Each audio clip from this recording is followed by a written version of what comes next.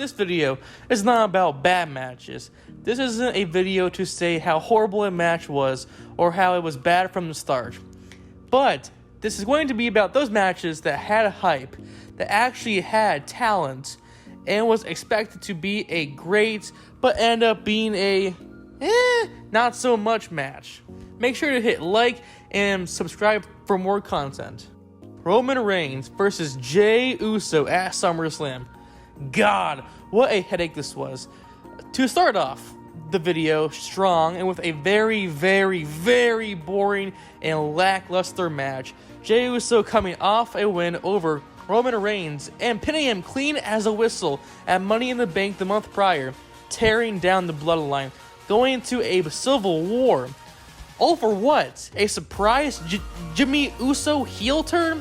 Which makes no sense at all. And of course, your common solo interference. And then Roman wins, LOL. Next challenger. Man, I was so hyped for this match. Had a great build. Jey and Roman were pretty good in the ring on their own. But ever since he retained against Cody Rhodes at Mania, which I will get to later, okay, I promise you, this seemed like a once again big letdown with a very long, dragged out match that had zero momentum halfway through. Some spots happened. His cousin interfered to cost Jey the match. It was the same shit, different day. I just gotta say, this whole title run over the last year has been very up and down. They've been doing a lot of quantity over quality over the last year with this reign, but next match, I'm done with this boring match. Austin Theory versus John Cena at WrestleMania.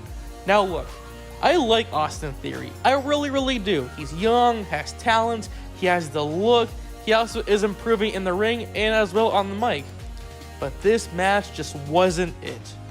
Yes, it was good that he won, but it was against a Hollywood John Cena. Now, here's what I mean by that. John Cena does not want to get hurt before he goes on to his next film. So he'll do the usual big moments, the big moves, he'll sell some stuff to make the talent look strong, that kind of shtick. And then he'll lose and put over the talent, then leave for a few months before he comes back. Now, this match was not awful. I mean, really, really underwhelming, very bland. Had a great build, not so great of a match. Very, not stupid, but very boring and average ending at best. I gotta say, I was so hyped for this because I missed the big match John feel. To me, his last big match was probably 3, 4, 5 years ago now. And it's sad seeing that, but John Cena is still great. And now he's back for Fastlane, so that's kind of cool. But past that, this is not a good match, people. It's just not good. But it's not horrible, it's just kind of there. But this match is a stinker. Adam Cole versus Chris Jericho. Double or nothing. Adam Cole is great. Chris Jericho, also great. So what the hell happened? This had everything in it that could have went wrong. Weak spots, bad pacing, really poor finish that was more confusing than satisfying, and also almost no chemistry or heat between these two. The feud buildup was good enough to have me sold that this should be a fun match. It was no DQ. Sounds pretty good to me. So what happened? This had a lot of botches and mishaps.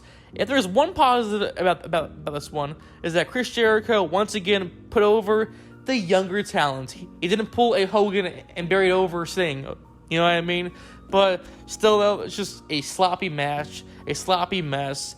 This isn't worth your time, personally. AEW Collision, Swerve versus Tanahashi. Now, this was right before Forbidden Door, and come on, it's the late, great Tanahashi. All of us love him. All of us love him. And Swerve is a amazing talent since his days as Killshot, to them being in Hit Row, to now in AEW. And I gotta say, these two guys on their own are amazing.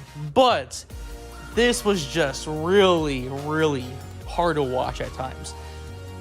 Because in this match, the AJ and Tanahashi, which this showed horribly, was doing a lot of just really slow spots, a lot of bad miscues, some very bad slip-ups and botches, like how the ending Swerve had to save Tanahashi from falling and either getting hurt or having that spot ruined. Either way, it just was not pretty. This match on paper could have been a 4-star great TV match, but instead, it came up to be a very mediocre match. Oh boy. Oh boy. Will we ever see Cody's story end? Please, God, if I have to hear one more time, my story this, my story that, American Nightmare story, blah, yada, yada, I swear to God. And also, if I see one more Cody Rhodes and Kevin Owens and Sami Zayn trios match against the same damn team every Raw, I'm going to just stop watching again. Like, please use your roster. God damn it, please. But anyways, though, Cody versus Roman Reigns also at this year's Mania. I promise you, this Mania was great. And also, the match itself was amazing. The crowd, amazing. The build, really, really strong. And Cody and Roman had the whole audience in the palm of their hands for the entirety of this half-hour match. It was paced well, a lot of great spots, a lot of mind games too in this one, and plenty of chemistry. So why was it disappointing? Well, Cody did all these promos about his dad, and to get the one big championship under his belt. And all those months of building and drama, and just a lot of good promos, all for what? So that he lost.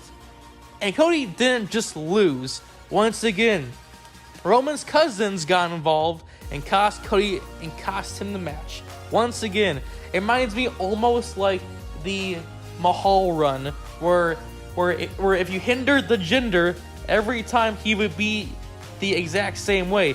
He would have a manager interfere.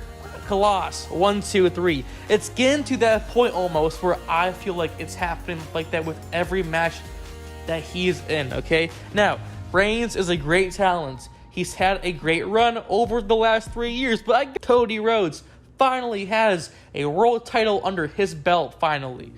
To praise his dad, himself, his brother, whatever you gotta do. And Cody, even if he beats Roman Reigns again, let's say next Mania or next SummerSlam or even next week, it will not be as good as the pop that he could have had at this year's Mania in Hollywood. And that is why it's so disappointing. It went from Reigns defeating Edge and Bryan and Danielson clean as a whistle at Mania just a year prior, to then he has to win constantly with a manager or his cousins or something. And folks, that is what I have for you today. These are by far not the worst, but the most disappointing what should have been matches that I've seen all year round. Peace out.